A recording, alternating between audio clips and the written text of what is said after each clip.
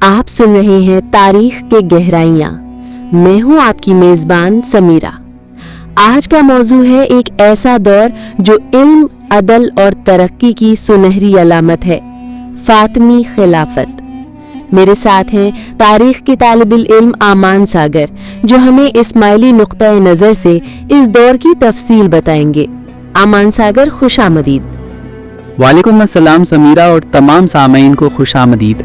واقعی فاطمی خلافت اسماعیلی تاریخ کا ایک ایسا باب ہے جس پر روشنی ڈالنا آج بھی ضروری ہے۔ امان ساگر، سب سے پہلے یہ بتائیے کہ فاطمی خلافت کی بنیاد کیسے رکھی گئی اور اس کی شروعات کہاں سے ہوتی ہے؟ سمیرہ، فاطمی خلافت کا خواب امام جعفر صادق علیہ السلام نے دیکھا تھا۔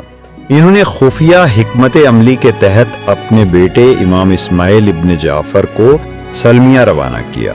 دن کے وقت دشمنوں کو اطلاع دی گئی کہ امام اسماعیل شہید ہو گئے ہیں، مگر حقیقت یہ تھی کہ وہ ایک بڑے مشن پر بھیجے گئے تھے۔ تو کیا یہ وہی دور ہے جسے دور ستر کہا جاتا ہے؟ بالکل درست۔ تقریباً 150 سال تک 5 اماموں نے دشمنوں کی آنکھوں میں دھول جھونک کر تاجروں، پیروں، درزیوں اور سیاحوں کے بھیس میں اسماعیلی دعوت کا کام جاری رکھا۔ یہ ایک طویل اور خفیہ جدوجہد تھی جس کا نتیجہ امام عبداللہ المہدی علیہ السلام کے دور میں ظاہر ہوا، جب انہوں نے شمالی افریقہ موجودہ تیونس میں فاطمی خلافت قائم کی۔ ہاں ساگر، کیا ہم فاطمی خلافت کے اماموں کا ذکر کر سکتے ہیں؟ مجھے لگتا ہے سننے والوں کے لیے جاننا بہت اہم ہے۔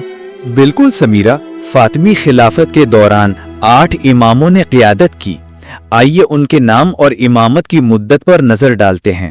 زبردست۔ تو پہلا امام کون تھا؟ 11ویں امام تھے مولانا محمد المہدی 882 سے 934۔ ان کی امامت 52 سال رہی اور انہی کے دور میں فاطمی خلافت کا قیام ہوا۔ پھر آئے 12ویں امام مولانا قائم 934 سے 942۔ ان کی امامت 8 سال رہی۔ ان کے دور میں خلافت نے اپنی حدود کو مزید مضبوط کیا۔ اس کے بعد 13ویں امام مولانا منصور 942 سے 953 تھے، جن کی امامت 11 سال پر محیط رہی۔ اور پھر سب سے مشہور 14ویں امام مولانا معز 953 سے 975۔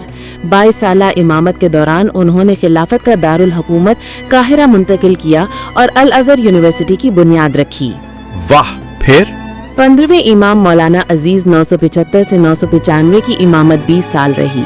پھر آئے 16ویں امام مولانا حاکم بامرائرہ، جن کی امامت 25 سال تھی۔ مولانا حاکم کے بارے میں تاریخ میں کافی کہانیاں مشہور ہیں۔ مخالفین نے بہت بدنام کیا گیا امام حاکم کو۔ اور ان کے بعد 17ویں امام مولانا ظاہر 1021-1036 کی امامت 15 سال رہی اور آخر میں فاطمی خلافت کے سب سے طویل عرصے تک امامت کرنے والے امام 18ویں امام مولانا مستنصر باللہ 1036-1094 آئے، جن کی امامت 58 سال تک رہی۔ 58 سال؟ یہ واقعی ایک طویل دور ہے۔ ان کے دور میں خلافت نے اپنی انتہا کو چھوا اور پھر رفتہ رفتہ زوال شروع ہوا۔ یہ سلسلہ سن کر اندازہ ہوتا ہے کہ اسماعیلی امام صرف روحانی پیشوا نہیں تھے بلکہ سیاسی رہنما بھی تھے، جنہوں نے ایک پورے خطے پر اپنے اثرات چھوڑے۔ فاطمی خلافت کے قیام کے بعد کیا تبدیلیاں آئیں؟ امام المہدی علیہ السلام، جو اسماعیلیوں کے 11ویں امام تھے، نے ایک مضبوط سیاسی اور مذہبی حکومت قائم کی۔ اس خلافت کا نام حضرت فاطمہ الزہرا علیہ السلام کی نسبت سے رکھا گیا۔ چند دہائیوں میں خلافت نے شمالی افریقہ سے مصر تک اپنی سرحدیں پھیلائیں۔ امام المعز لدی علیہ السلام نے مصر فتح کیا اور 969 میں قاہرہ کی بنیاد رکھی، جو علم اور ثقافت کا مرکز بن گیا۔ کیا اسی دور میں جامعہ الازہر قائم ہوئی؟ جی ہاں، جامعہ الازہر کی بنیاد بھی اسی دور میں رکھی گئی۔ یہ ادارہ نہ صرف اسماعیلی نصاب بلکہ پورے عالم اسلام کے طلباء کے لیے علم کا مرکز تھا۔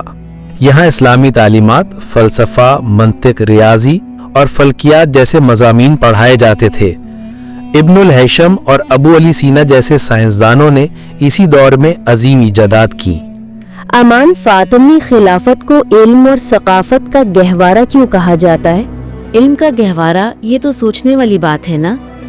اس لیے کہ انہوں نے علمی مراکز اور کتب خانے قائم کیے، عدل و انصاف کا نظام رائج کیا، قاہرہ میں شاندار مساجد اور محلات تعمیر کیے جو آج بھی تاریخ کی گواہی دیتے ہیں، اور سب سے بڑھ کر دعوت اسماعیلیہ کو دنیا کے کونے کونے تک پھیلایا۔